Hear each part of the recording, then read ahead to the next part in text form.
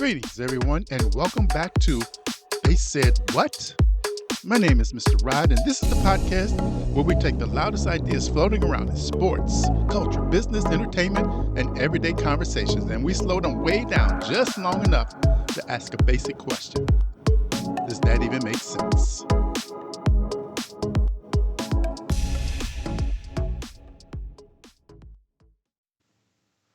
You know what people always seem to say? It's just a figure of speech. But here's the question. How many figures of speech are really just ways to avoid saying what we actually mean? Now, we live in a culture that has mastered the art of talking without clarity. People say, with all due respect, right before they disrespect you. They say, I could care less, when they actually mean they could not care less. They say, everything happens for a reason. Even when they don't know the reason, can't explain the reason, and sometimes are using the phrase to simply avoid sitting with someone's pain. They say, we need to touch base, when they mean, I need something from you. They say, let's not beat around the bush while continuing to beat around the bush.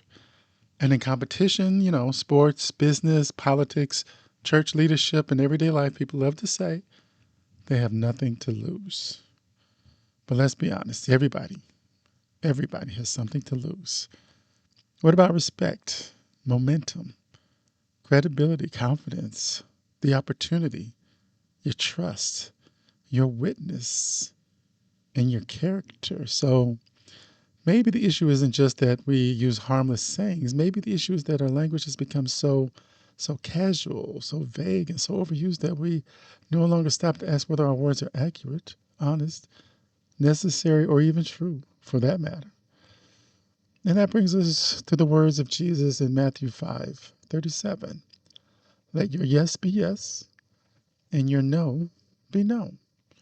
Not maybe, not sort of, not, well, we'll see, not with all due respect before disrespect, not no offense before being offensive, just truth.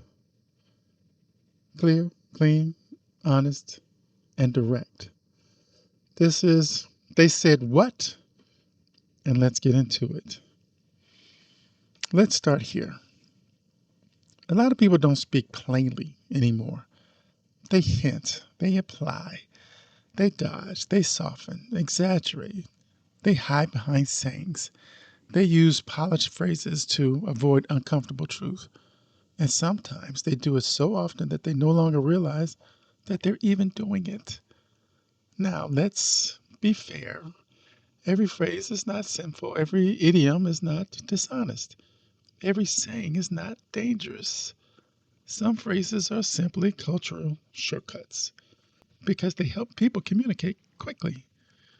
But the problem begins when shortcuts replace the truth, when phrases become a way to avoid responsibility, when language becomes a mask, when people use familiar sayings to sound wise, thoughtful, professional, spiritual, or polite, but underneath it all, they're simply not being honest.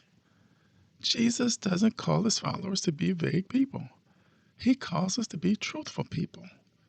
And truthful people should not need a long verbal maze to communicate a simple yes or no. How about this?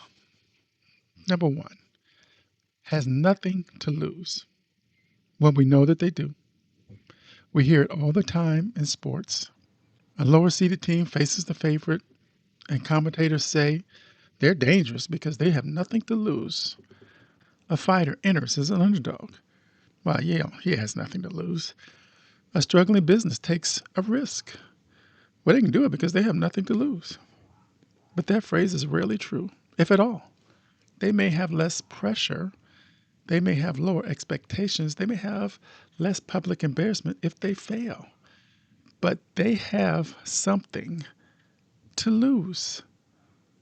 They can lose preparation, credibility. They can lose future opportunity.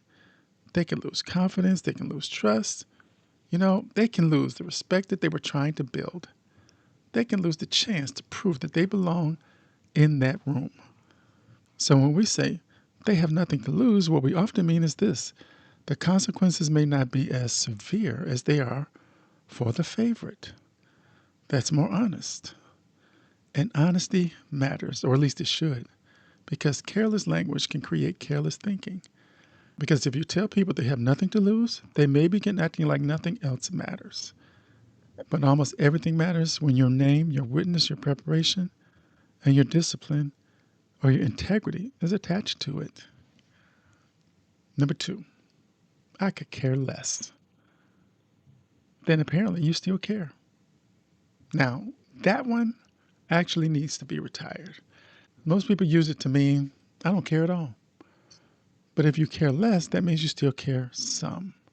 The correct expression should be this: I couldn't care less. Now, is this the biggest moral crisis in the entire world? Of course not. But it points to something even bigger. We repeat phrases without thinking. We say things because we have heard them before. We inherit language without truly examining it. And that's dangerous for believers because Christians are not supposed to simply repeat what culture says. We're supposed to weigh our words carefully. The Bible repeatedly warns us about the tongue, speech, wisdom, truth, and restraint. Because words matter.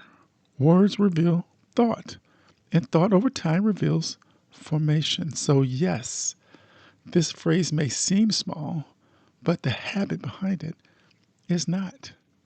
A believer should not be proud of sloppy communication when clarity is readily available.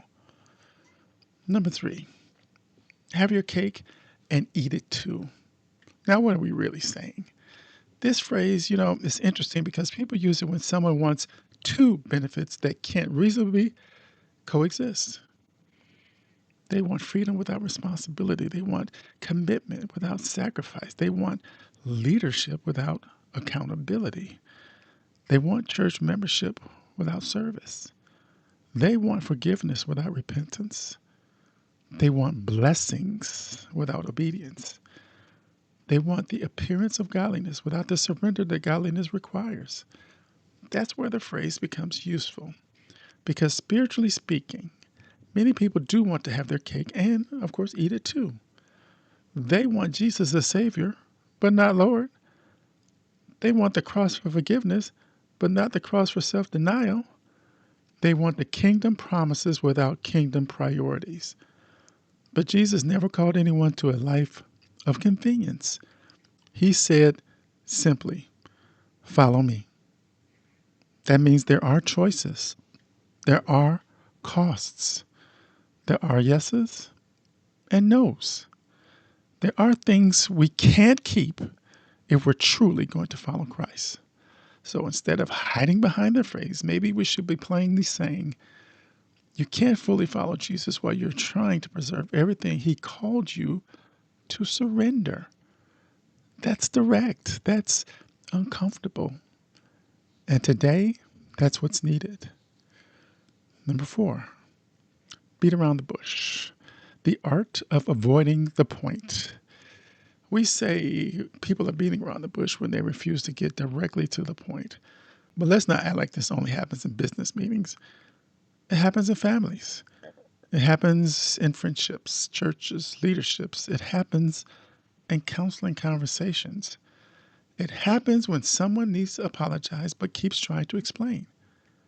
It happens when someone needs to say no but keeps delaying it. It happens when someone needs to confront sin but keeps calling it a struggle, a season, or a misunderstanding. Sometimes people beat around the bush because they're afraid of conflict, afraid of rejection, afraid of accountability, afraid of being disliked, afraid of losing influence. But biblical truth is not rude just because it's clear. Directness is not the same as cruelty. A person can speak the truth with grace. A person can be firm without being mean. A person can be loving without being vague. Jesus was most certainly not unclear.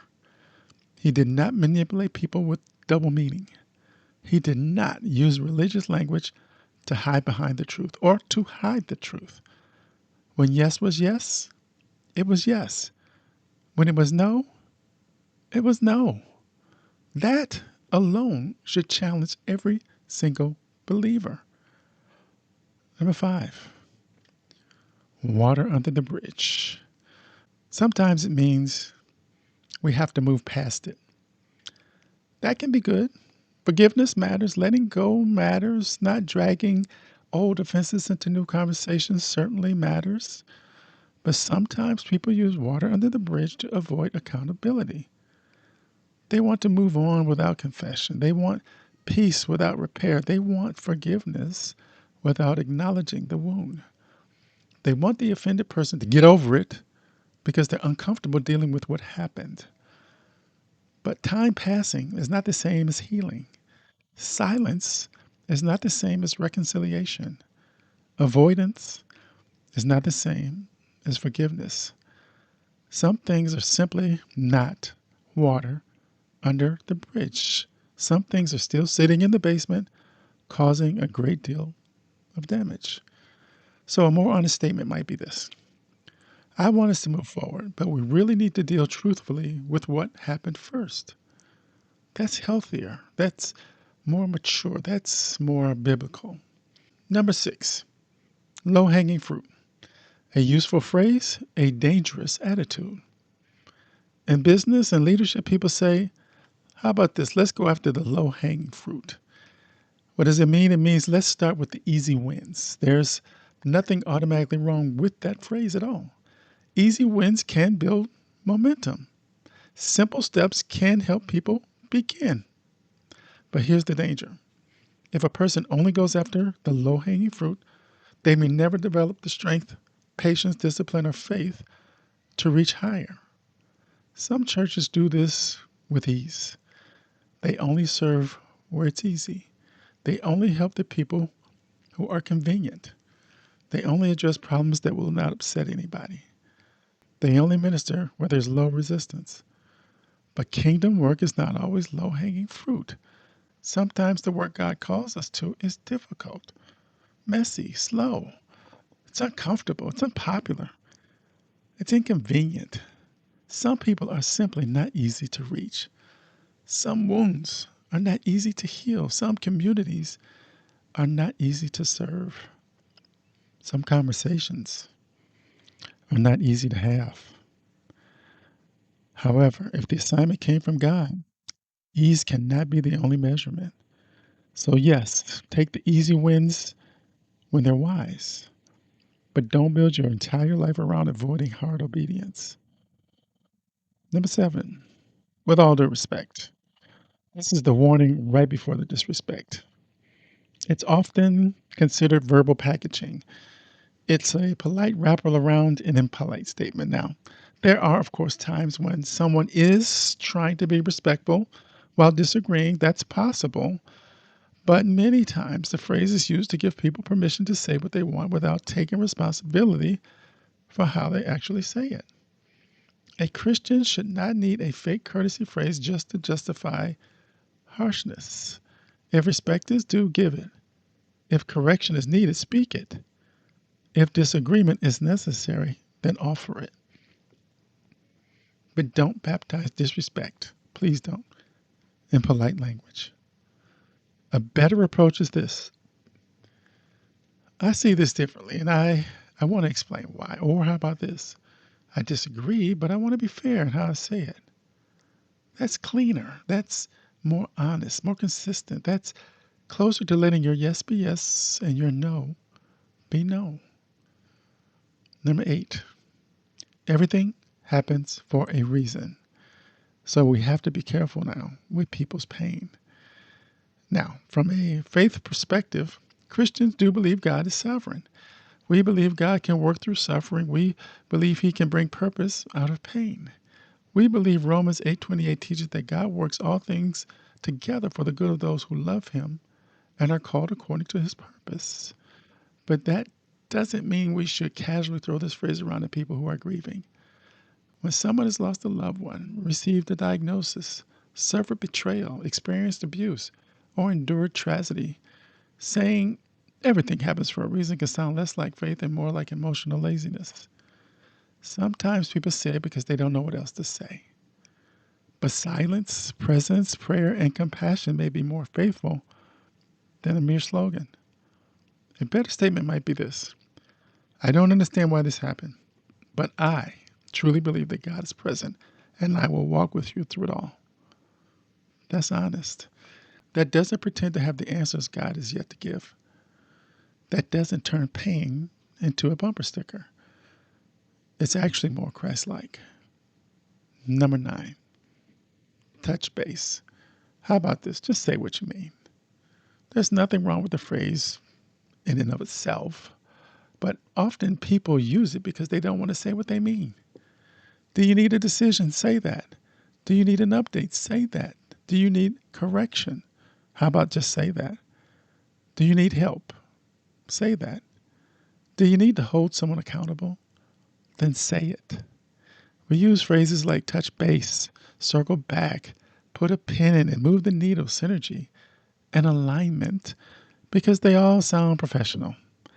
But sometimes professional language becomes a way to avoid direct language.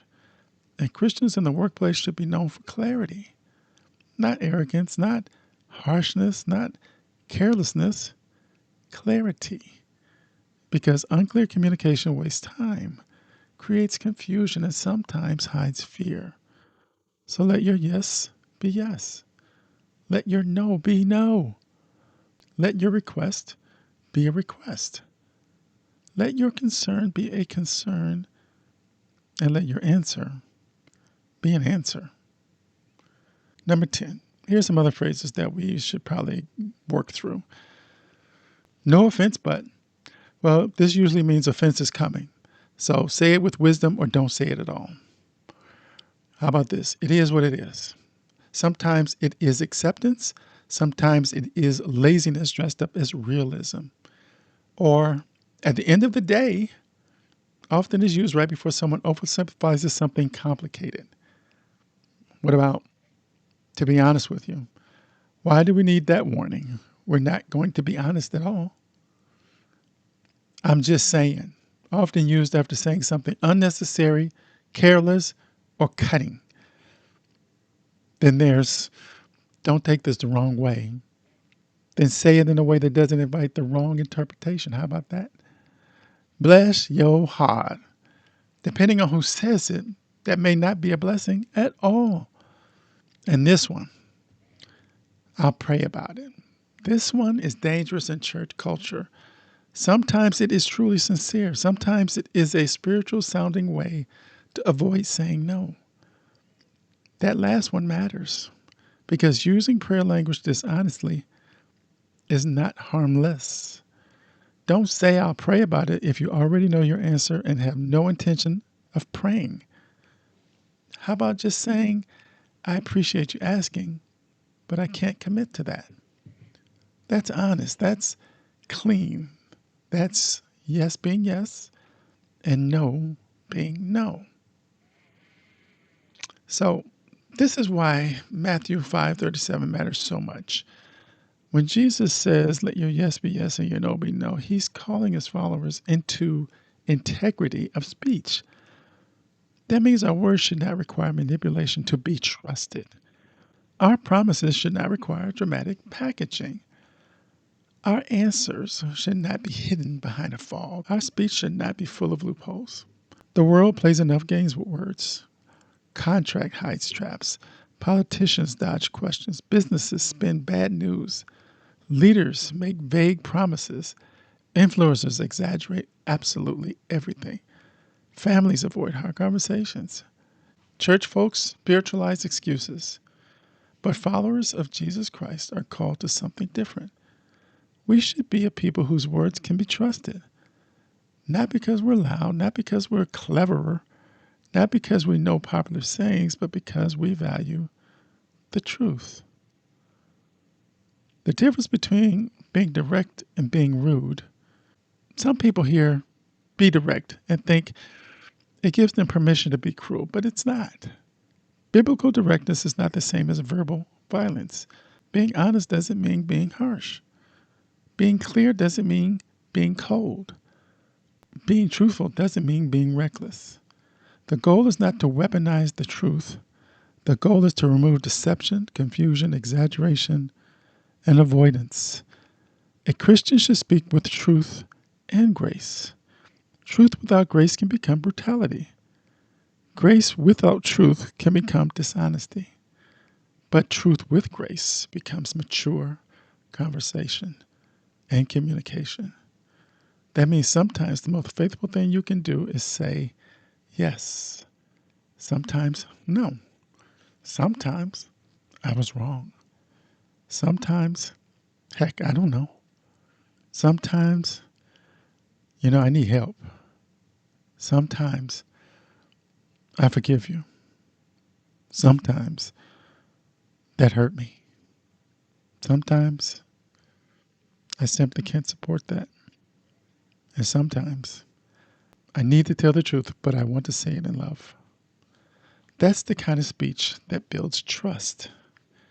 Now, here are a few hard questions we have to ask ourselves. Are we using familiar phrases because they're true or because they help us avoid the truth? Do people trust our words or do they have to decode us? Are we saying yes when we mean no? Are we saying no with our actions while saying yes with our mouths? Are we hiding disrespect behind polite phrases? Are we using spiritual language to avoid honest commitments? Are we using cliches to comfort people because we're unwilling to sit with their pain? Are we speaking clearly or are we leaving people confused and calling it wisdom? And maybe the toughest question of all is this. If Jesus examined our everyday speech, would he find truth or performance?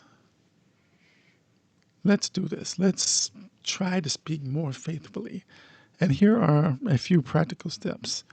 First of all, slow down before repeating phrases. Ask yourself, is this actually true? Second, say what you mean without unnecessary decoration. Not every answer needs a paragraph. Sometimes a clean sentence is more respectful. Third, stop using politeness as a cover for disrespect. If the statement is disrespectful, with all due respect, don't fix it. Fourth, stop using faith phrases to avoid honesty. Don't say, God told me, if you simply prefer something. Don't say, I'll pray about it, if you're not going to pray about it. Fifth, comfort people with presence. Your presence, not cliches. When people are hurting, they may need compassion more than a phrase. 6, practice clean yeses and clean nos. A clean yes is commitment. A clean no is clarity. Both are better than confusion. And I'll close with this, because here's the bottom line. Words matter. Phrases matter. Clarity matters. The truth matters. And for believers, speech is not just communication. Speech is your witness. The world has enough spin of its own, enough slogans, enough verbal gymnastics, enough corporate fog, enough political dodging, enough religious excuses. Jesus calls his people to something better. Let your yes be yes and your no be no. Not rude, not reckless, not cold, but clear, honest, faithful, trustworthy. Because when people can't trust your words, they will struggle to trust our witness. They said, it's just a phrase, but maybe the Lord is asking, is it true? This has been another episode of They Said What? And today's question was simple. Are we speaking with clarity and conviction? Or are we hiding behind phrases that keep us from telling the whole truth and nothing but the truth? We'll see you next time.